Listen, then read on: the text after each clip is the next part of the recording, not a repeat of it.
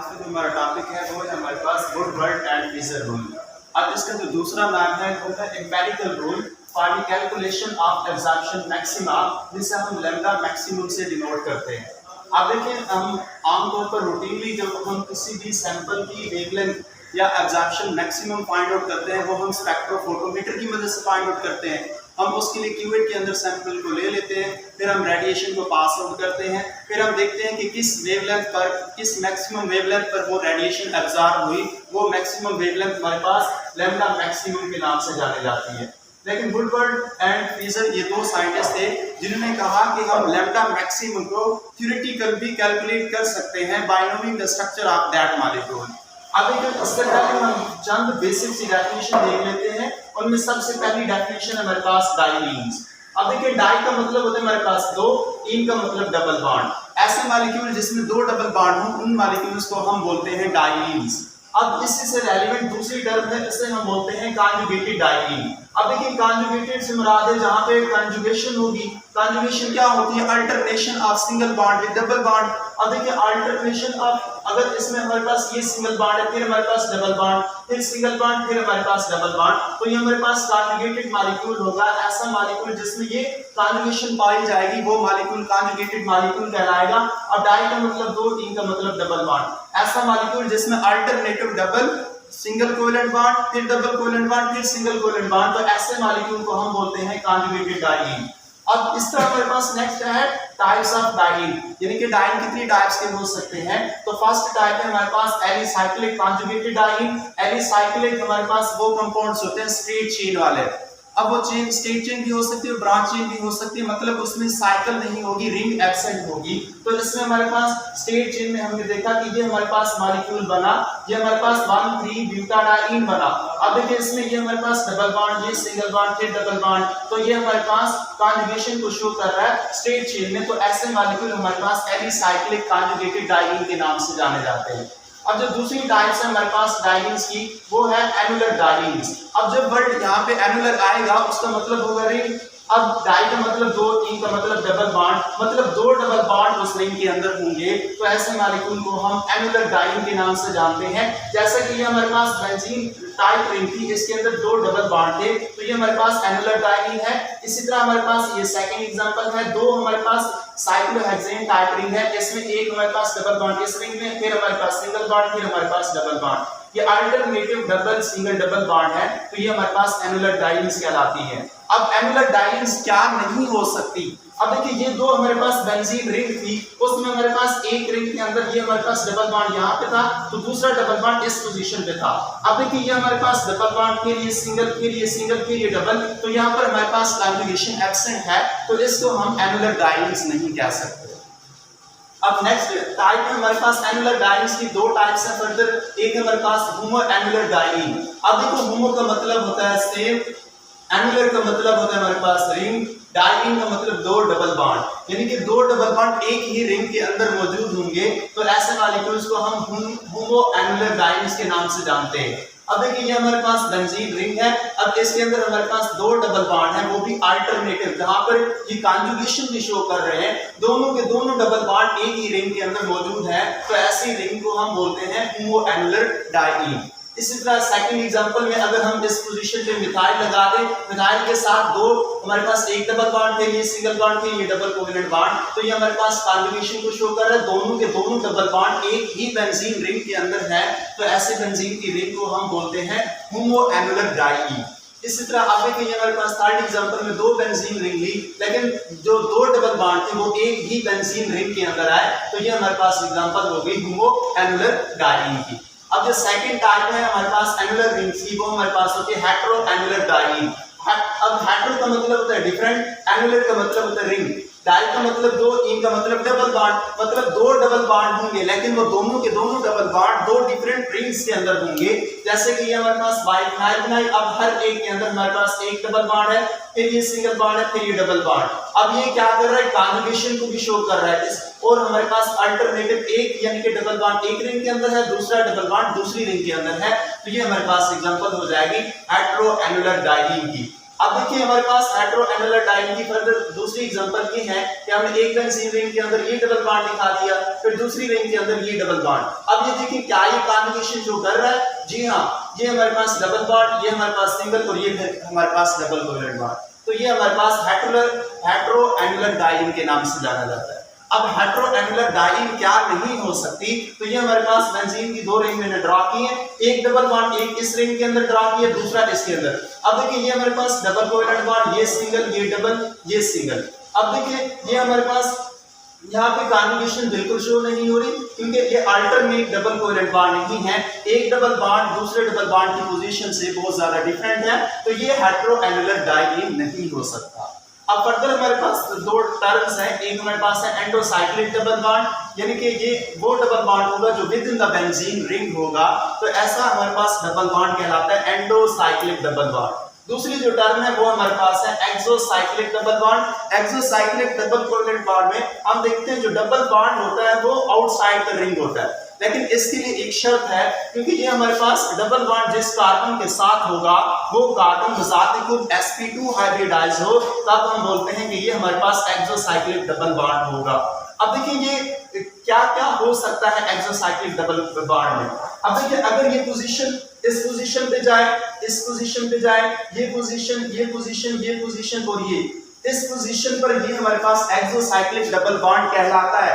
अगर ये इस पोजीशन पर ये डबल बॉन्ड आ जाता, या हमारे पास इस पोजीशन पर आता, इस पोजीशन पर आता, ये हमारे पास एक्सोसाइक्लिक डबल बॉन्ड नहीं कहलाता, ये एक्सटेंड किया जाता है इस कार्बन की बिल्कुल वर्टिकल पोजीशन में। अब देखिए दूसरी मैंने एक बेंजीन दो बेंजीन रिंग ड्रॉ की है, इसके अंदर अब हमारे पास ये देखिए ए रिंग टाइप है हमारे पास बेंजीन रिंग, और दूसरी हमारे पास है बी टाइप। अगर हम ए के लिहाज से देखें ये double bond with in the a ring है, तो इससे हम बोलते हैं ए के लिहाज से ये हमारे पास है एंडो। अगर हम बी के लिहाज से देखें, बी के लिहाज से ये कार्बन और इस कार्बन की ये वर्टिकल पोजीशन पे, तो ये बी के लिहाज से एक्सोसाइक्लिक डबल बॉन्ड है। अब हम देखते हैं ये हमारे पास कोई थी बेसिक टर्म, फिर हम देखते हैं कि हमें वुडवर्ड एंड फाइजर रूल क्या कहता है, कि वुडवर्ड और फाइजर रूल हमें ये बताता है कि हम किसी भी कंपाउंड्स की बाइनोमिक स्ट्रक्चर थ्योरेटिकली हम उसकी लैम्डा मैक्सिमम की वैल्यू फाइंड आउट कर सकते हैं, बजाय इसके कि हम अपना सैंपल बनाएं, उसको हम स्पेक्ट्रोफोटोमीटर की मदद से देखें, फिर हम उसमें से रेडिएशन पास आउट करें, फिर हम उसकी एब्जॉर्बेंस देखें, फिर हम देखते हैं कि मैक्सिमम एब्जॉर्बेशन किस वेवलेंथ पे है, तो हम बाइनोमिक उसका मॉलिक्यूलर फार्मूला देखते हुए, उसके स्ट्रक्चर को देखते हुए हम थ्योरेटिकली उसकी लैम्डा मैक्सिमम की जो वैल्यू है वो फाइंड आउट कर सकते हैं। अब कुछ उन्होंने इस वैल्यूज को फाइंड आउट करने के लिए कुछ कंपाउंड्स को स्टैंडर्ड माना, स्टैंडर्ड कंपाउंड्स के लिए उन्होंने प्रेजेंट या बेस वैल्यू दी। उनमें से सबसे पहले जो कॉन्जुगेटेड आयन होगी ए साइक्लिक कॉन्जुगेटेड आयन की उन्होंने जो स्टैंडर्ड वैल्यू दी वो हमारे पास थी 270 नैनोमीटर। इसी तरह अगर हम दूसरे डाइईन को स्टैंडर्ड मानेंगे तो ये हमारे पास होमो एनुलर डाइईन है, इसके लिए जो बेस वैल्यू है वो है 253 नैनोमीटर।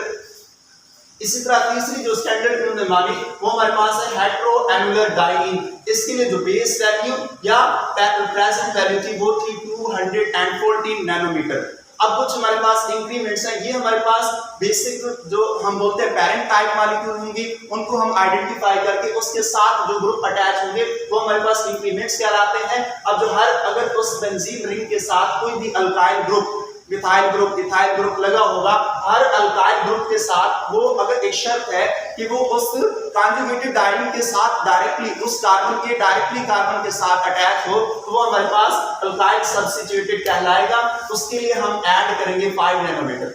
इसी तरह हम देखेंगे नेक्स्ट रिंग रेजिड्यू, अगर रिंग रेजिड्यू होगा उस कंपाउंड के अंदर तब भी हम उसके लिए 5 नैनोमीटर का एडिशन करेंगे उस वेवलेंथ के साथ जो ओरिजिनल पेरेंट वैल्यू थी। अगर हम हर एक एक्सोसाइक्लिक फिर डबल बॉन्ड देखेंगे, अगर जैसे कि क्या हमने देखा था एक्सोसाइक्लिक डबल बॉन्ड उस डाइईन के साथ अटैच है, फिर हम उसके लिए भी 5 नैनोमीटर का इजाफा करेंगे और हर डबल बॉन्ड जो एक्सटेंड कर रहा होगा, जो कॉन्जुगेशन को एक्सटेंड कर रहा होगा उसके लिए हम 30 नैनोमीटर की एडिशन करेंगे। अब ये हमारे पास कुछ इंक्रीमेंट्स थे। फिर हम देखते हैं कि कुछ हमारे पास ऑक्सो क्रोम होते हैं। अगर वो ऑक्सो ग्रुप फंक्शनल ग्रुप उन डाइन के साथ लग जाए तो उनके लिए भी वैल्यू के हम फर्दर ऐड करते हैं। ये हमारे पास है OR, R से मुराद कोई भी अल्काइल ग्रुप, O हमारे पास ईथर का फंक्शनल ग्रुप है। अगर ये ईथर का फंक्शनल ग्रुप लग जाए फिर हम 6 नैनोमीटर की वेवलेंथ उसके अंदर पैरेंट मॉलिक्यूल के अंदर ऐड करते हैं। ये नेक्स्ट है हमारे पास SR। अब SR जो फंक्शनल ग्रुप है ये होता है मरसेप्टो और इसका जो क्लास फैमिली का नेम है वो होता है थायो। तो थाई ग्रुप लग जाए तो ये इसके लिए हम 30 नैनोमीटर ऐड करते हैं। क्लोरो फंक्शनल ग्रुप लग जाए तो हम 5 नैनोमीटर की एडिशन करते हैं। ब्रोमो लग जाए 5 नैनोमीटर की एडिशन करते हैं। NR2। अब R यहाँ पे हाइड्रोजन भी हो सकता है, कोई भी अल्काइल ग्रुप होगा। अगर दोनों के दोनों हाइड्रोजन होंगे तो ये एमाइन होगा। जब एमाइन का फंक्शनल ग्रुप होगा तो वो 60 नैनोमीटर होगा। अगर इसके साथ एक बल्कि ग्रुप लग जाता है, एक हाइड्रोजन हो, तब हम बोलते हैं इमीन, उसके लिए भी हम 60 नैनोमीटर का इजाफा करते हैं। तो लास्ट जो हमारे पास ऑक्सो ग्रुप है ये है एस्टर का। जब एस्टर का फंक्शनल ग्रुप उस डाइन के साथ लगा होगा फिर हम कोई भी उसके अंदर एडिशनल वेवलेंथ ऐड नहीं करते। अब हमने देखा ये हमारे पास कुछ प्रेजेंट या बेस वैल्यू थी, इनको स्टैंडर्ड मानते हुए हम कंपाउंड्स के स्ट्रक्चर को देखेंगे और उसकी लैम्डा मैक्सिमम की वैल्यू फाइंड आउट करेंगे। सबसे फर्स्ट एग्जांपल है ये हमारे पास CH3 CH double bond CH single bond CH double bond CH, ये हमारे पास CH3। अब इस कंपाउंड को नाम देंगे हमारे पास फर्स्ट कार्बन, ये सेकंड कार्बन, ये third carbon, fourth carbon, fifth carbon और ये हमारे पास 6 कार्बन। तो इसका नाम बनेगा 2,4 हेक्साडाइन। अब देखिए इसमें सबसे पहले हमने ये तीन चीज देखी जिसको हम पैरेंट चेन का नाम दे रहे थे। इन तीनों में से कौन सी पैरेंट चेन को हम सिलेक्ट करेंगे? तो हमने देखा कि ये हमारे पास पैरेंट चेन में conjugation double bond, single bond, double bond, इसको हमने पैरेंट चेन का नाम दिया और ये हमारे पास ए साइक्लिक कॉन्जुगेटेड डाइईन था। इसको हमने स्टैंडर्ड माना और इससे हमने पैरेंट वैल्यू का नाम दिया। अब इसकी जो पैरेंट वैल्यू है वो हमारे पास है 250 नैनोमीटर। अब देखेंगे इस कार्बन के साथ डायरेक्टली जो अल्काइल ग्रुप होगा उसकी वैल्यू हम लिखेंगे। अब इसके साथ डायरेक्टली अटैच हमारे पास मिथाइल ग्रुप है और इस साइड पे भी हमारे पास ये मिथाइल ग्रुप है। हर अल्काइल सब्स्टिट्यूट के लिए हम 5 नैनोमीटर का एडिशन करते थे।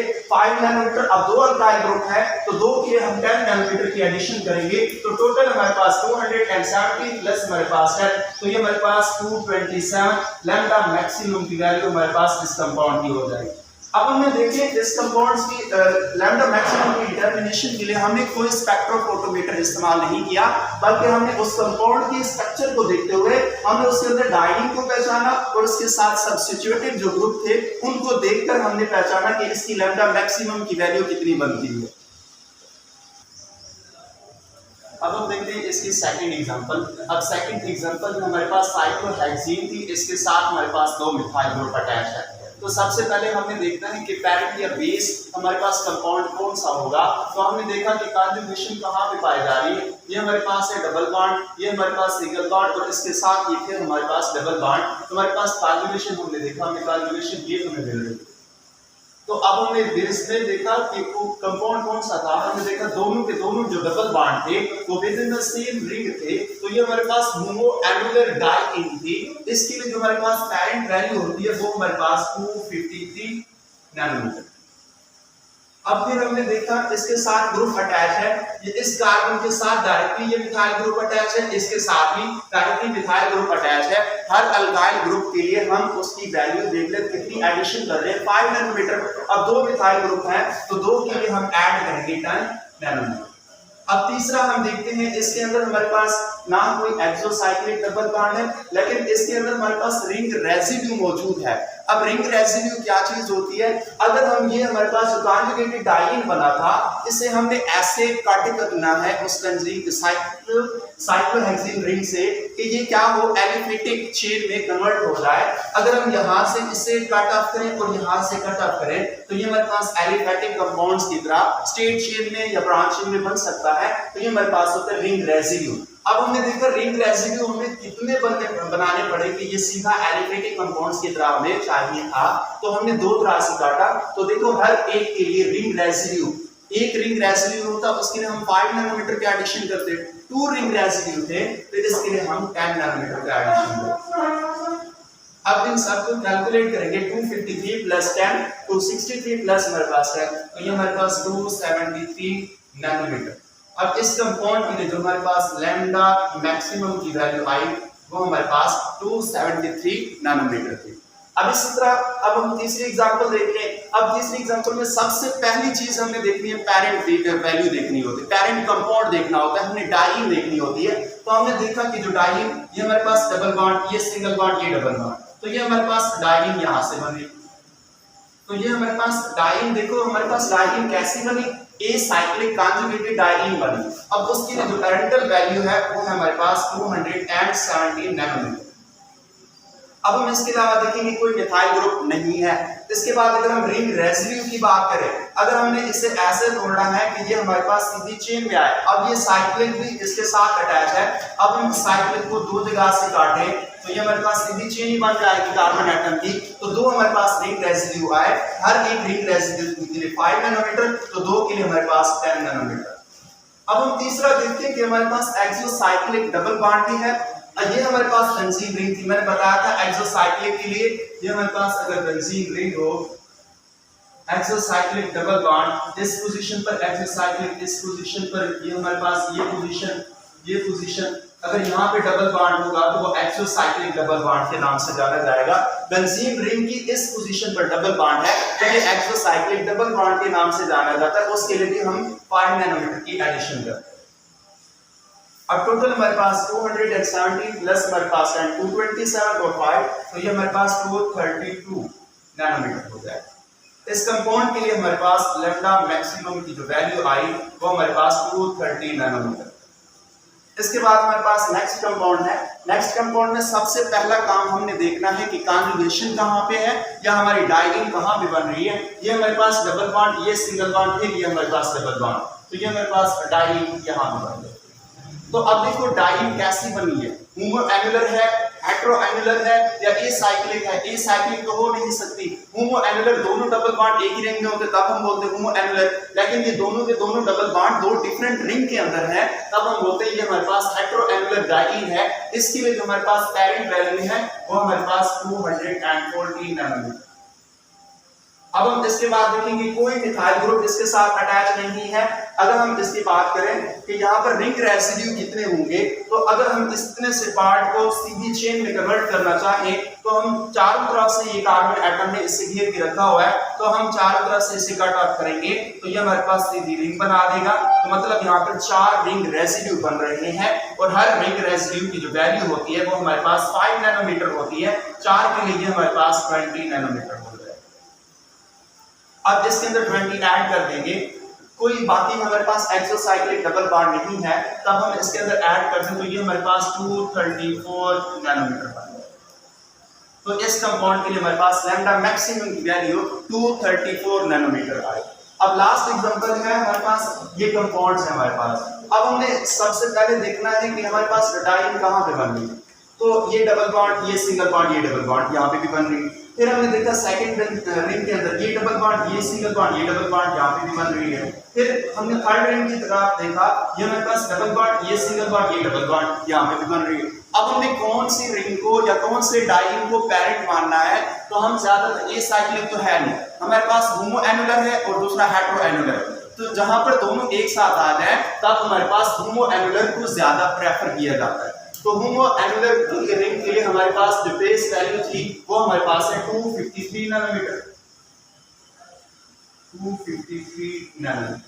अब हम इसके बाद देखेंगे, अब हमने होमो एनुलर बनाया तो होमो एनुलर में यहां से ये इस रिंग के अंदर ये जो कॉन्जुगेशन थी ये हमारे पास होमो एनुलर टाइप थी। अब होमो एनुलर के बाद देखना है कोई अल्काइल ग्रुप नहीं है। अगर हम इसकी बात करें एक्सटेंडेड डबल बॉन्ड, यानी कि कितने डबल बॉन्ड हैं जो इसकी कॉन्जुगेशन को मजीद बढ़ा रहे हैं, तो इसके साथ ये डबल बॉन्ड, इसके साथ ये दो डबल बॉन्ड ऐसे हैं जो इसकी कॉन्जुगेशन को फर्दर एक्सटेंड कर रहे हैं। हर एक डबल बॉन्ड के लिए 30 नैनोमीटर का एडिशन करते हैं, तो दो के लिए हम इसे 60 नैनोमीटर का एडिशन करते हैं। अब इसके बाद हमें देखना है रिंग रेसिड्यू। जब हम रिंग रेसिड्यू को देखेंगे तब हम ये सारे के सारे डबल बॉन्ड इसके अंदर शामिल होंगे। ये बात बड़ी इंपॉर्टेंट है कि जब हमने रिंग रेसिड्यू देखना है तब हमने टोटल की टोटल कॉन्जुगेशन को पैरेंट बेस के तौर पर स्टैंडर्ड मानते हैं। उसके बाद हम क्या करते हैं, इसका रिंग रेसिड्यू देखते हैं। तो हमने रिंग रेसिड्यू देखा, यहाँ से काटे से ये हमारे पास स्टेट चेन में बनता आएगा। इसके बाद अगर हम इसे यहाँ से काटें तब भी हमारे पास स्टेट चेन में, फिर हम इसे यहाँ से काटें और फिर हम इसे यहाँ से काटें। इसके बाद अगर हम इसे यहाँ से भी काटें तब भी हमारे पास ये कंपाउंड्स जो टाइपिंग है कि हमारे पास स्टेट चेन में हो गया कि तब हमने देखा कि हमारे पास कितने रिंग रेसिड्यू बन रहे हैं 1 2 3 4 5 और हर एक के हम कितना एडिशन करते थे 5 का 5 मल्टीप्लाइड बाय 5 तो ये हमारे पास 25 नैनोमीटर। अब यहाँ पर बात खत्म नहीं हो जाती, हमने देखना क्या इसके अंदर एक्सोसाइक्लिक डबल बॉन्ड भी मौजूद है क्योंकि अब हमारे पास 3 रिंग हैं तो 3 रिंग के लिहाज से हर एक रिंग के लिहाज से कोई ना कोई डबल बॉन्ड साथ अटैच है तो एक्सोसाइक्लिक भी तो हो सकता है, ये पॉसिबिलिटी तो है। अब हम अगर इस रिंग के लिहाज से देखें, इस रिंग के लिहाज से ये रिंग हमारे पास है ए, ये हमारे पास है रिंग बी और ये हमारे पास है रिंग सी। ए के लिहाज से इस पोजीशन पर है डबल बॉन्ड तो ये एक हमारे पास एक्सोसाइक्लिक डबल बॉन्ड हो गया। अगर हम इसके लिहाज से देखेंगे, इस बेंजीन रिंग के लिहाज से देखेंगे तो ये हमारे पास बन रहा है ये वाला इस पोजीशन पर, ये दूसरा हमारे पास एक्सोसाइक्लिक डबल बॉन्ड। अगर हम इसके लिहाज से देखेंगे तो ये हमारे पास तीसरा एक्सोसाइक्लिक डबल बॉन्ड। तो हमारे पास 3 एक्सोसाइक्लिक डबल बॉन्ड है। हर एक्सोसाइक्लिक डबल बॉन्ड के लिए जो वेवलेंथ हमने एडिशन करनी है वो है 5 नैनोमीटर, 3 के लिए हमारे पास हो जाएगी 15 नैनोमीटर। अब इसके बाद कोई भी हमारे पास ऑक्सीजन ग्रुप इसके साथ कोई अटैच नहीं है, ना ही कोई हमारे पास अल्काइल सब्स्टिट्यूटेड ग्रुप अटैच है। तब हम इन सब की वैल्यूज को क्या कर देते हैं, ऐड कर देते हैं। 253 प्लस हमारे पास 60 प्लस हमारे पास 25 प्लस हमारे पास 15। अब देखिए 5 5 10 और ये 3 हमारे पास 13 हो जाएगा। 1 2 3 और 6 9 और 5 14 और 15 और 2 रहती। तो ये हमारे पास 353 नैनोमीटर, इसकी लैम्डा मैक्सिमम की वैल्यू हमारे पास 350 नैनोमीटर आई।